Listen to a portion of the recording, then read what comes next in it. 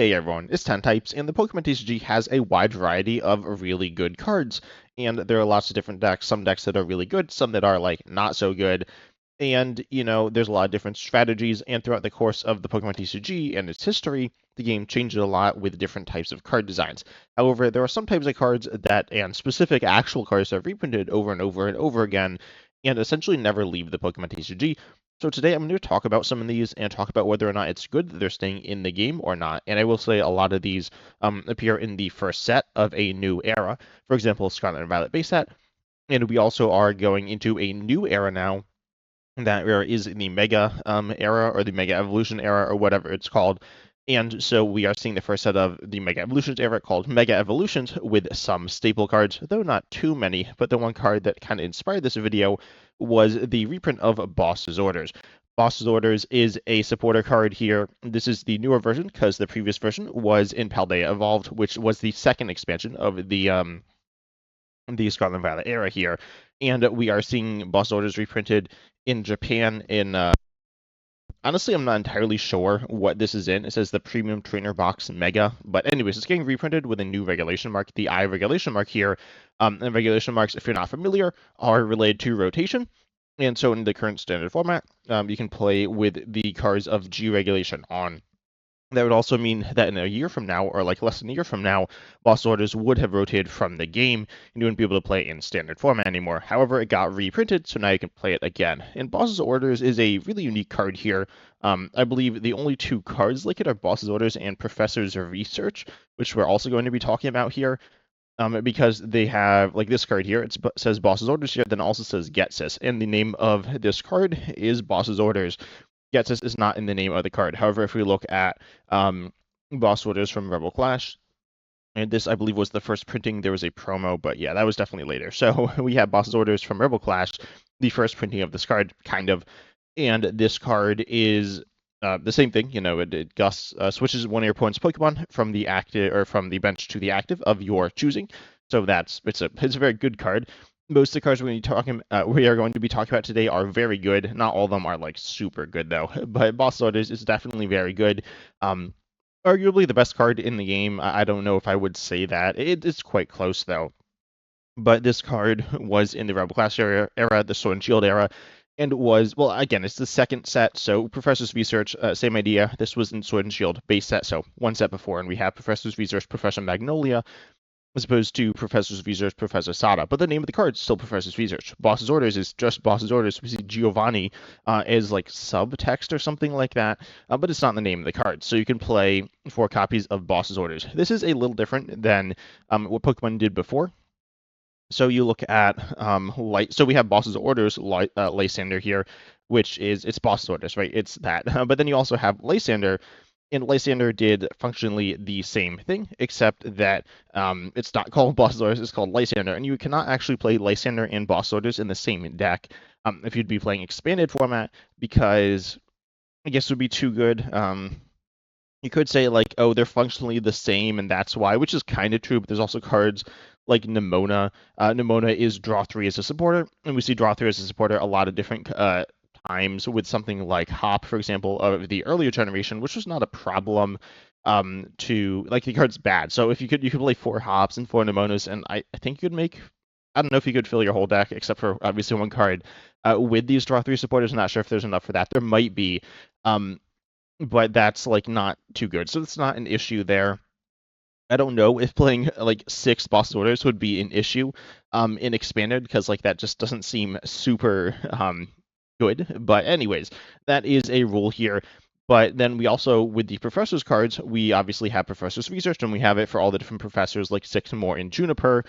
But then if we look, we can look at the older. So here, of course, as I said, we got Juniper as a Professor's Research card, and Sycamore. But then we have the supporter cards, Professor Juniper, Professor Sycamore. They do the same thing, but again, you cannot play Professor Juniper together with Professor Sycamore or with Professor's Research.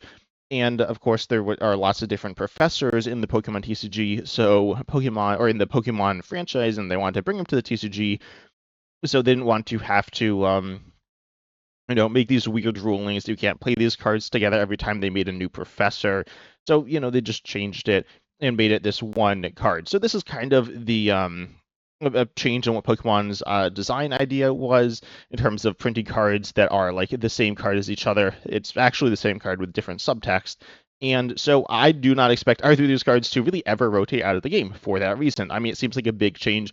The only reason they make this change is to keep this card around and be able to adapt it easier to new generations. So with the next generation of the Pokemon franchise, we are going to see a new boss and a new professor, and they are going to get a new boss's orders card and a new professor's research card. So I've heard a lot of different talks about boss's orders, and I guess probably less about professor's research because it's a little worse than standard right now, though. Certainly a very good card. Um, and yeah, they presumably are not going anywhere. And, it makes sense that they're reprinting boss's orders. And I don't remember the most recent printing of research is. I mean, I know what set it's in. Um, I don't know what regulation mark it is. I will actually check here. Yeah, so okay, so it's G regulation mark, I believe, is the most recent. But I don't expect it to rotate out of the Pokemon TCG. It could, but as I said, it doesn't make sense because of their new design philosophy here. And so now we need to talk about what the cards actually do, though. I said what it does is you switch one of your opponent's bench to the active, and I also use the term gust. If you're not familiar with that term, it's switching your opponent's active to or bench to the active, and it's originally from the card Gusto Wind, which says to it's the same thing, right? This was actually an item or like a trainer.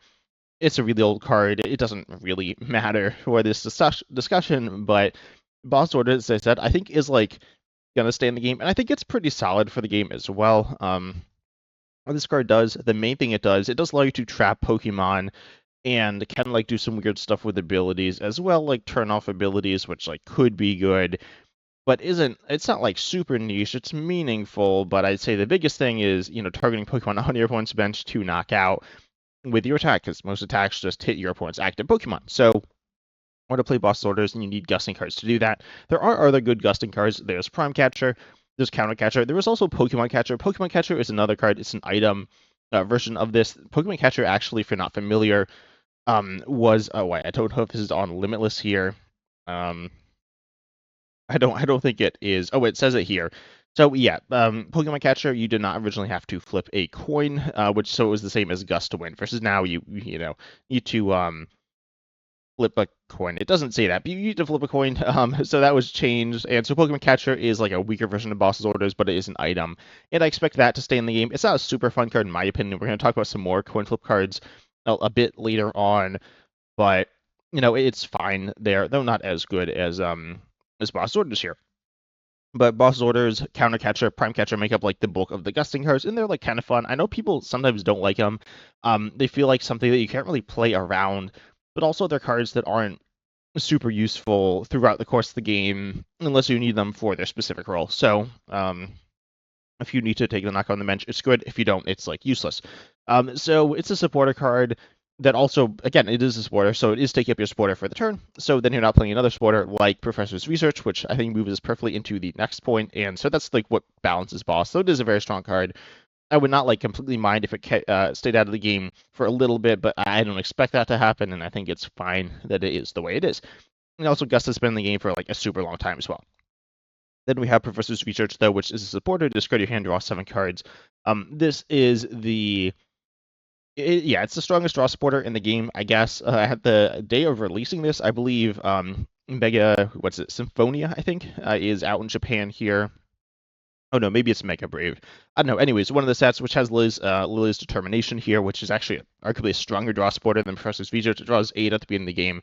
But anyways, the Professor's Research generally is like the strongest draw supporter in the game, drawing 7 cards, which is a ton, but you lose your entire hand, so that's like kind of bad. But again, the card is a strong card. Losing your hand isn't actually that bad for you. It could be good, but generally it's bad. But it's played in all sorts of decks because you want to draw lots of cards. That's just really meaningful.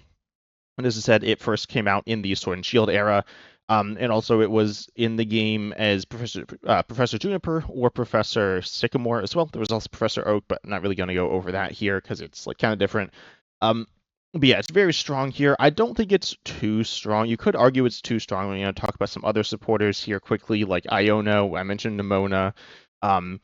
You have Judge as well, which is a disruptive supporter, and they draw way less cards here. So draw supporters then are only good if they do draw plus something else. Generally disruption for Iono or Judge and lots of supporters like that.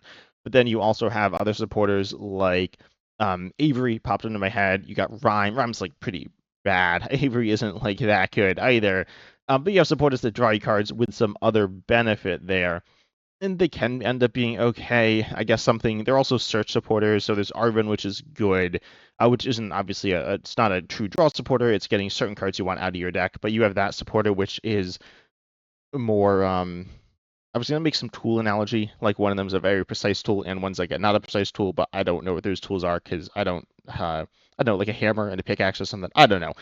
But anyways, you have something that's very specific that gets what you need, and Arvin's definitely the best one. There's other ones like Jack or Brock Scouting, which are like okay, but they're not like that good. Certainly weaker, I'd say, than Research. Research is like a little weaker now than it has been because it doesn't work as well with evolutions, but ultimately, it's still a very strong supporter. I mean, it's still played in evolution decks.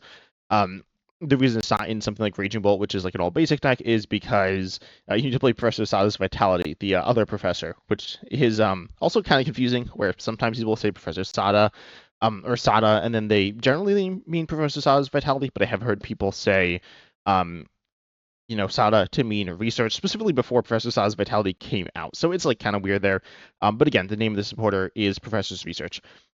Though some sites do refer to it as Professor's Research, Professor Sada. So that is kind of a side tangent there, but definitely kind of weird. But I don't think there's any issue with this card. I mean, some people have said like, oh, it's like too strong, pushes out other supporters. I guess I don't know. It's not really brought up that much. There have been times where it's like super strong and like kind of I don't know, like a little overpowered. But I don't think it's really an issue there. I do think that the regular draw supporters, like, I think they shouldn't make a draw 3 supporter. I think they should make a draw 4 supporter. Don't know exactly how good that would be, but I feel like it would definitely be balanced. I cannot see it being like super broken if they did that at the very least. I think it still would be kind of mediocre. But anyways, Professor's Research, I don't have an issue with, but it is the other supporter that is very similar to Boss's Orders in the way that it's like printed. Then we are moving to another card. This is a super different card here. This is Rare Candy. I was considering not talking about this. I don't really know exactly what to say about it because, like, Rare Candy, if you're not familiar, which I'd be pretty surprised if you play the Pokemon history and don't know what Rare Candy does, but it allows you to evolve a Stage 2 Pokemon from one of your basic Pokemon in play by skipping the Stage 1, and it, like, does normal evolution rules outside of that. So it's, like, really important for Stage 2 decks. Funnily enough, in Standard, it's not required for stage 2s. I mean, it's never required for stage 2s, but in standard, you have technical machine evolution. You also have some pretty solid stage 1s in the game. And you have Badoo as well, which is item locking. So you have reasons to not always go for Rare Candy here, even if you are playing a stage 2 deck, but still, Rare Candy has like always been a staple for stage 2s and been in the game for a really long time. I don't know if it ever rotated since it was first printed here in Sandstorm in 2003 here. So it's been in the game, as I said, for a really long time. And it is good, right? I haven't really heard complaints about it. Rare Candy is like kind of sketchy because it's a bit combo-y, so you need a very strong stage 2 to take advantage of it. But in standard, we do have good stage 2s. There's a time, quite a while, when stage 2s were pretty bad. Honestly, mostly since Black and White, stage 2s have been kind of bad. It's hard to say that because like stage 2s are the best decks in standard right now for the most part. There are good basic and stage 1 decks, but stage 2s are quite good. But anyways, Rare Candy, it's another card that's being reprinted all the time. I would not expect this one to leave the game. It would certainly change the game a lot. I think stage 2s would be pretty horrible if they didn't, or at least they need to be very much reworked. Because then they need to be sitting on the bench, presumably for multiple turns, or you need to go about other ways of getting them up quickly, such as TM Evolution, which then, like, at that point, it's like TM Evolution, kind of functionally similar to Rare Candy.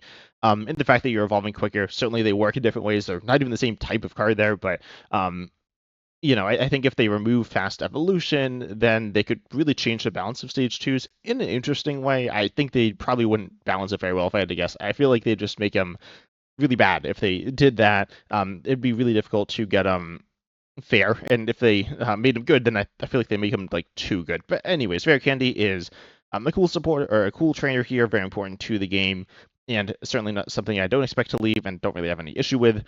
Then we have another item here, though. This is an item that I think I do have a bit more of an issue with, which is Crushing Hammer. I will say Crushing Hammer in Standard is not very good. It's not that bad. I actually think the Hammer cards And also, Rare Candy is like special because there aren't any other cards like it, and Crushing Hammer is not as special. There are other cards like it, like the other different types of hammer cards, specifically Enhanced Hammer, which I think is like decent in Standard, I guess.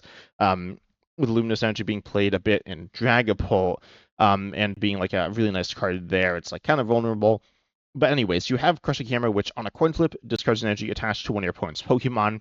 And the difference between Crushing Hammer on a coin flip and Pokemon Catcher on a coin flip is that Crushing Hammer is like way more annoying, in my opinion, um, because it's something that is like being a negative effect to your opponent as opposed to a positive effect for you. Now, Pokemon Catcher is like kind of a negative effect for your opponent as well.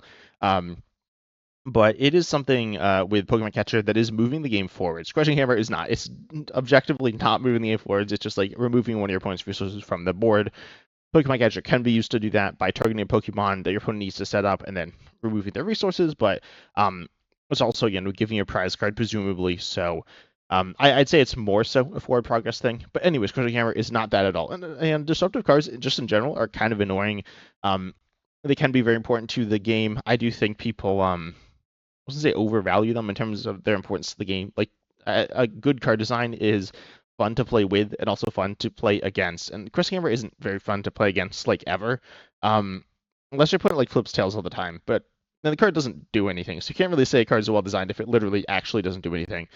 And then it's not like super fun to play. It's kind of funny if it's like kind of mean, but it's also that's not like really good card design, is it? Just to like bully people, right? But Crushing Hammer is a card that I do expect to stay around a while. I don't remember the most recent printing. Oh, I guess just Scarlet and Violet.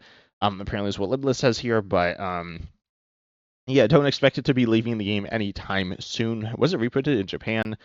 Um, no, but anyways, I do expect it to stick around, and I think it's actually okay in Standard as well. Did want to mention it here because I think it is worth talking about. But also it's a card that is, I probably the one on this list that I'd least like to see stay in the game. Then we have the next card. I think this card has been in the game the entire TCG. I could be forgetting something. I mean, certainly didn't play all of this time. But it's Switch, which lets you, switch one of your Pokemon, one of your bench Pokemon. Obviously, not as strong as Boss Swords for. I mean, Boss Swords is a supporter, but um, switching your Pokemon you can do through retreating, but Switch is better. It's been better at different times, whereas at different times in Standard right now it's like I mean, it's certainly not a bad card, but it's not some amazing card either. There are lots of alternatives you see at times. You see like scoop up effects, returning a card to your hand, which allows you to switch or do other things. You see Escape Rope, which is like a variant of Switch, but Switch is the one that's always been in the game. I think it kind of has to be in the game. I mean, if it wasn't in the game, how much would it change? It kind of depends on what the game's looking like, but it's definitely not a problem card, I wouldn't say, except for like certain decks that are trying to trap your opponent's Pokemon in the active.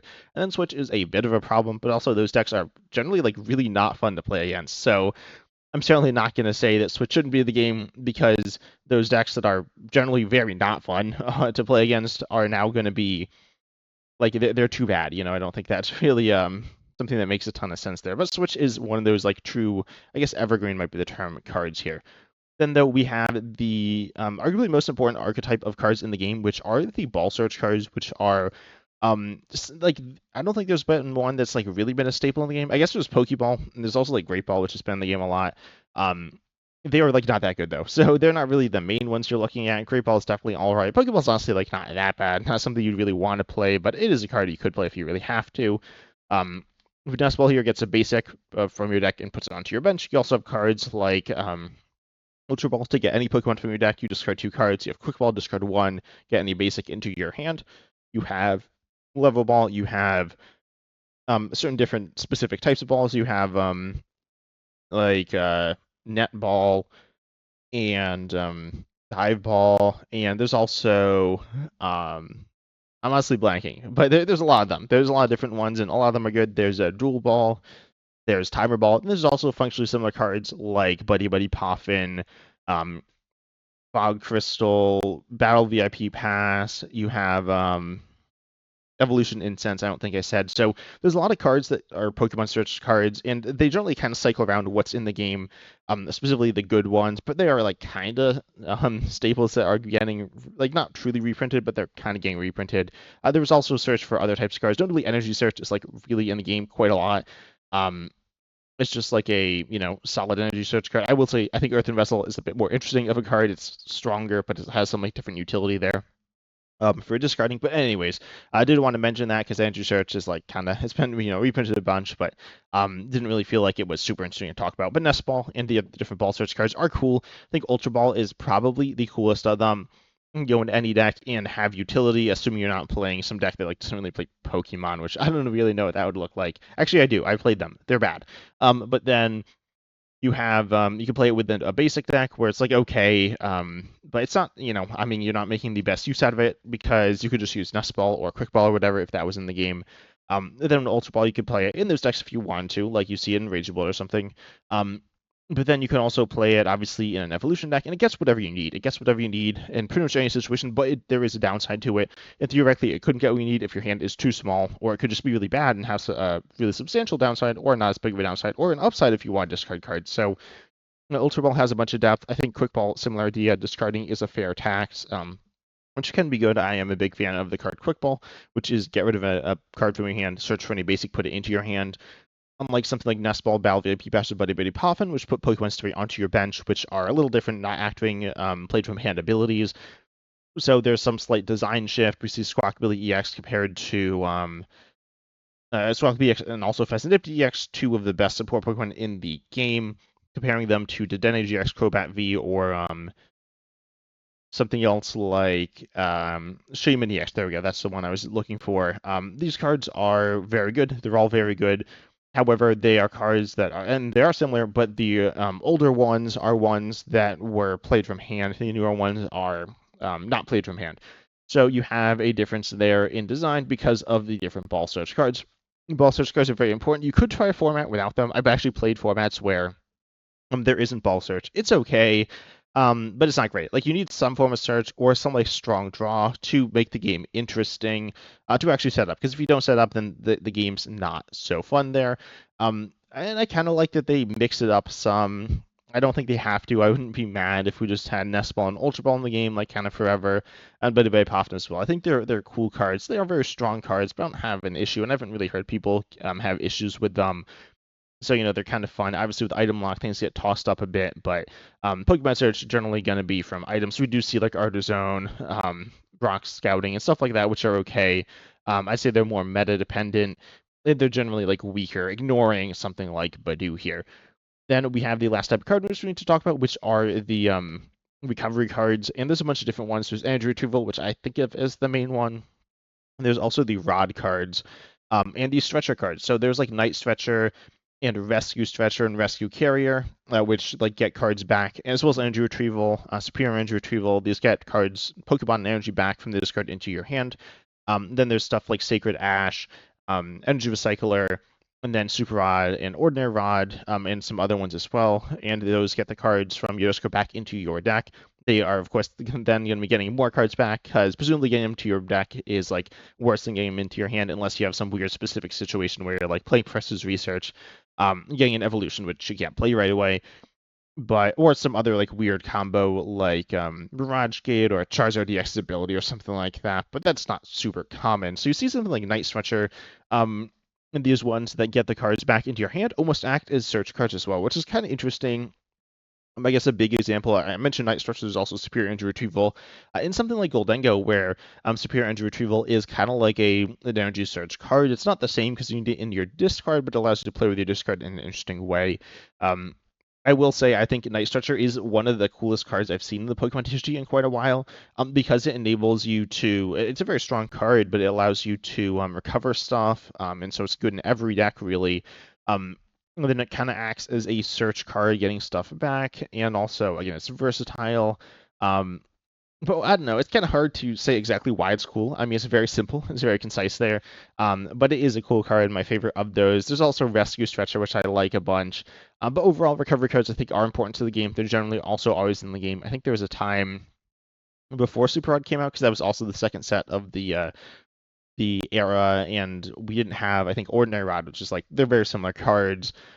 But that was a kind of weird in between period. But overall, there's almost always recovery in the game, which is very important because you want to be able to use your Pokemon again. It's not like really an issue. Theoretically, it could become an issue if you see something like I don't know, I can't think of a Pokemon like maybe Radiant Charizard or some like Pokemon you can only play one copy of.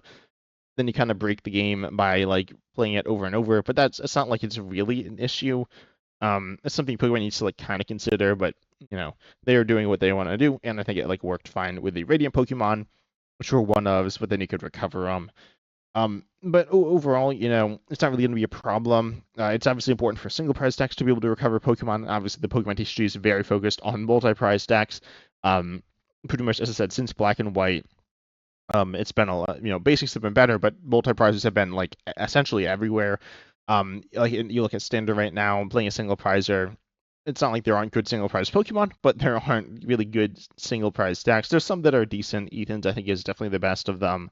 It's a solid deck here, but it's not some amazing deck. But recovery is more important there because if you're getting knocked out 6 times before you lose, then you need to recover Pokemon because you have one main attacker, presumably.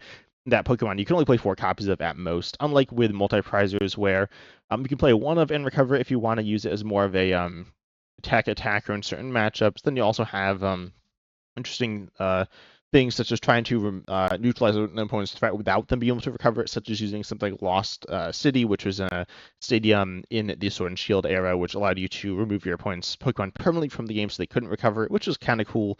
You could argue it like, I don't know, you can say that like that's not so fun, or I don't know. It's just a cool card though, in my opinion.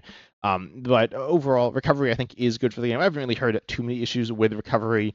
A format without recovery is different, but again, it's not super different unless you're looking at something like, I guess a limited format or something. I'm not sure of the terms of the formats because there's like people mostly just play in a format where you can just build your deck. But if there's a format where you can't really fully build your deck like a cube draft format or like in theme format, then recovery changes things. But I mean, like theme format, if you're not familiar, you have a 60 card deck that's like predetermined, and so I mean the entire deck is predetermined. But then something like pre-released or cube draft, then you are building your deck out of a pretty limited set of cards. So recovery will change things there. I'm not super knowledgeable about cube draft. I know there is some like discussion on whether or not that's good. I think that's the only place I really heard about it. Though I watched some OmniPoke where I don't think they still do cube. If they do, tell me. That'd be kind of interesting to know. But I don't think they do it anymore. On video at least. But yeah, there's definitely some interesting discussions there, but not really for standard. For standard, recovery is just pretty much, I imagine, always good. Obviously, if it's too strong, then it's like kind of silly. But I think most of these cards are done pretty well. I think specifically with Boss Orders, which I mentioned earlier, I mean, I do think it's good to have in the game. Pretty much all these cards are, in my opinion, good to have in the game. I kind of criticize Crushing Hammer, but it's not really a me kind of card. I mean, I do kind of like Disruption from time to time, but I certainly don't really like Coin Flips. I can enjoy a card flip from time to time with some like silly stuff. I don't mind it. I like Wug Trio, but Crushing Hammer I don't think is quite it. But comment down below what your thoughts are on these cards, specifically Boss's Orders. That's the one I'm most interested in hearing about because I've heard a lot of people, or at least some people, complain about it, but a lot of people like say that it's good as well. Or a lot of people mostly I think just say it's like fine. It is what the game is because again these cards are like always in the game. They define the game. And this applies to obviously like basic energies and lots of different things. But anyways, tell me down below in the comments your thoughts. But I hope you enjoyed. Make sure you like and subscribe. That really helps out support the channel and me. And as always, I'm excited to see you in the next video.